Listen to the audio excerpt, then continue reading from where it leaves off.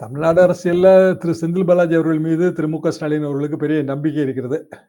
என்ன காரணம்னா, அவரு கோயம்புத்தூர்ல பல இடங்கள்ல பேசும்போது அதை தெரிவித்திருக்கிறார். உடனடியாக ஒரு மந்திரி பதவி தரப்பட்டிருக்கிறது. அதுவும் பழைய அதே துறை, மின்சாரத்துறையும், ஆயத்துறையும். அமைச்சராக்குவது என்பது முதலமைச்சரின் விருப்ப உரிமை தான். அதுல தலையிட்டு யாரும் எந்த கருத்தும் சொல்ல முடியாது. மட்டும் இல்லாம செந்தில் பாலாஜி வந்து விசாரணை கைதியா தான் இருந்தாரு. விசாரணை கைதியா இருக்கும்போது பிஎம்எல்ஏ ஆக்ட்ல உள்ள கோளாறு என்ன அப்படின்னா, பெயில் கிடைக்கிறத ரொம்ப டஃப் ஆக்கி வச்சிருக்காங்க அந்த ஆக்ட். அதாவது அது வந்து ஆயுத கடத்தல்காரர்கள், போதை மருந்துக்காரர்கள் இவர்களுக்கு எதிராக பிரயோகம் பண்ண வேண்டிய சட்டம்.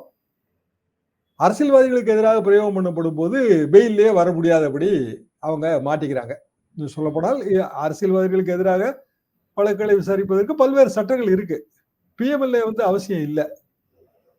பிஎம்எல்ஏ வந்து சட்டவிரோத பண பரிமாற்ற சட்டம்னு என்னதான் சொன்னாலும், பிற சட்டங்கள், சிறப்பு சட்டங்கள், இப்ப பிரிவென்ஷன் ஆஃப் கரப்ஷன் ஆக்ட் இதுல எல்லாம் நிறைய ப்ரொவிஷன் இருக்கு.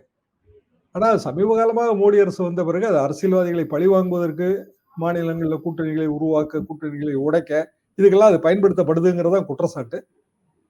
செந்தில் பாலாஜி அதுல நம்ம தமிழ்நாட்டில் நமக்கெல்லாம் தெரிந்த ஒரு விக்டிம். ஆனா அவர் வந்து பெயில் கீழமை நீதிமன்றம் கொடுக்கவே முடியாதுங்க. அது இம்பாசிபிள் பெயில் கொடுக்கறது.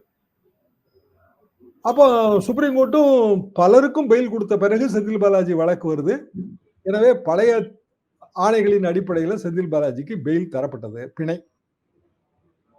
எந்த பிணையை கொடுக்கறதா இருந்தாலும் வழக்கு விசாரணைக்கு குந்தகம் ஏற்படுத்தக்கூடாது, சாட்சியங்களை கலைக்கக்கூடாது. இந்த 2 அடிப்படை தான் அதுல. எந்த பெயிலுக்குமே அதான் அடிப்படைங்க. சாதாரண நீங்க மேஜிஸ்ட்ரேட் கோர்ட் பெயில் கூட அதான் அடிப்படை. அப்படியான நிபந்தனைகள். ஆனால் செந்தில் பாலாஜிக்கும் அரவிந்த் கெஜ்ரிவாலுக்குமான ஒரு சின்ன வித்தியாசம் என்னன்னா, அரவிந்த் கெஜ்ரிவால் பெயில் கொடுக்கும்போது அவர் முதலமைச்சரா தான் இருந்தாரு. ஆனாலும் அவர் வந்து கோட்டைக்கு போகக்கூடாது, கோட்டையில கையெழுத்து போடக்கூடாது. அது கோட்டைன்னு நான் சொல்றது டெல்லி கோட்டையை சொல்றேன். கையெழுத்து போடக்கூடாது, இப்படியான நிபந்தனைகள் விதிக்கப்பட்டது. செந்தில் பாலாஜி என்னன்னா, அவரு மினிஸ்டர் பதவியை ராஜினாமா பண்ணிட்டாரு. அவர் விசாரணை கைதி ஆன உடனே. சோ ஜாமீன் கொடுக்கும்போது அவர் வந்து ஒரு எம்எல்ஏவா தான் இருந்தாரு. மினிஸ்டரா இல்ல. அந்த நிபந்தனைகள் விதிக்கப்படல. இந்த 2க்கு இடையில் உள்ள மாபெரும் வித்தியாசம் இதுதான்.